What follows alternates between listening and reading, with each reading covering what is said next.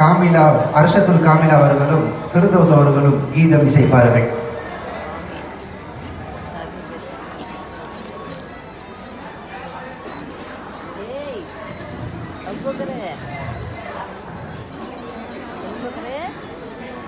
அனைவருக்கும் அஸ்ஸலாமு அலைக்கும் வரஹ்மத்துல்லாஹி வபரகாத்துஹு.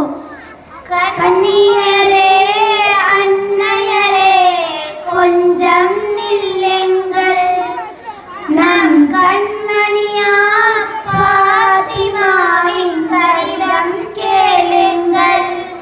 கண்ணியரே அன்னையரே கொஞ்சம் நில்லுங்கள், நம் கண்மணியா பாத்திமாவின் சரிதம் கேளுங்கள்.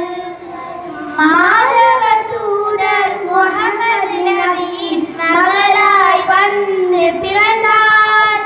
போதில்லாத முழுமதி எனவே குலக்கொடியாக வளர்ந்தார். தந்தையின் சொல்லை சிந்தையில் ஏந்தி சங்கை மலர் மங்கையானாரே. கண்ணியரே அன்னையரே கொஞ்சம் நில்லுங்கள், நம் கண்மணியா பாத்திமாவின் சரிதம் கேளுங்கள். அன்னை கதீஜா அன்னை பண்பை அகமதில் தாங்கி சிறந்தார். கண்ணில் கருணை கையில் தானம் கல்வியில் இறைவேதம் சுமந்தார். செல்வத்தை மறுத்து வறுமையே சீமாட்டியாகவே வாழ்ந்தாரே. கண்ணியரே அன்னையரே கொஞ்சம் நில்லுங்கள், நம் கண்மணியா பாத்திமாவின் சரிதம் கேளுங்கள். வானவர் வாழ்க்கை யாவரும் போன்ற வீரர் அடியை மணந்தார். தீக்குள பெண்கள் புறவே ஒழிக்க சிறப்புடன் இல்லறம் புகுந்தார். கணவர் அடியை கண்ணுக்குள் வைத்து கனிவாய் பணிவிட செய்தாரே.